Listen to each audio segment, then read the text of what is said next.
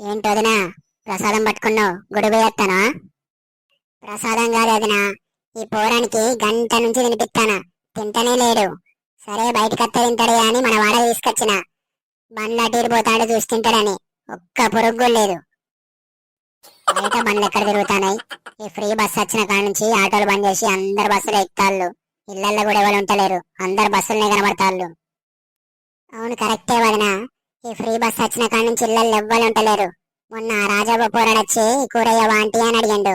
ఏమ్రా మీ అవ్వ కూర వండలేదా అంటే, ఈ ఫ్రీ బస్ వచ్చిన కాడ నుంచి ఇళ్లల్లో ఎవరు ఉంటాళ్ళు, మా అవ్వ రోజుకో గుడి పోతాంది ఈ ఫ్రీ బస్ వచ్చిన కాడ నుంచి అన్నాడు. నేను మాత్రం ఇంట్లో కూర బువ్వ అండే అత్త వదినా. ఒకవేళ అండకపోతే ఆ టమాటాలో ఆర్డర్ పెట్టుకో అని చెప్తా. లేకపోతే ఇంట్లో తొక్కుంటది, ఆ తొక్కని వేసుకొని తినమని చెప్తా. ఎండిపోతాంది వదినా, ఆ పొరాని ఏంటి? అరే తినరా. నేను తినను పో. అరే పోడా, మన వాడలో బండ్లు పోతలేవు అంటే బస్సు ఎక్కించిన.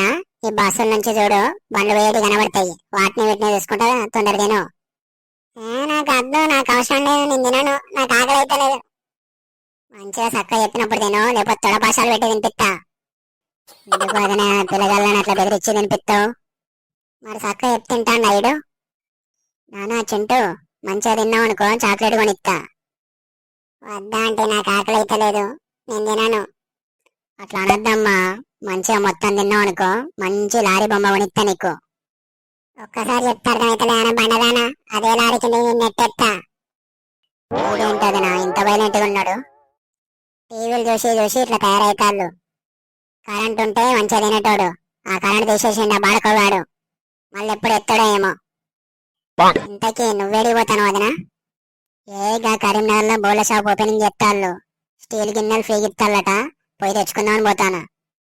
అవునా, నేను కూడా ఎత్త వదినా. వీడియో నచ్చితే లైక్ చేసి ఇలాంటి మరిన్ని వీడియోస్ కోసం సబ్స్క్రైబ్ చేసుకోండి గాయస్.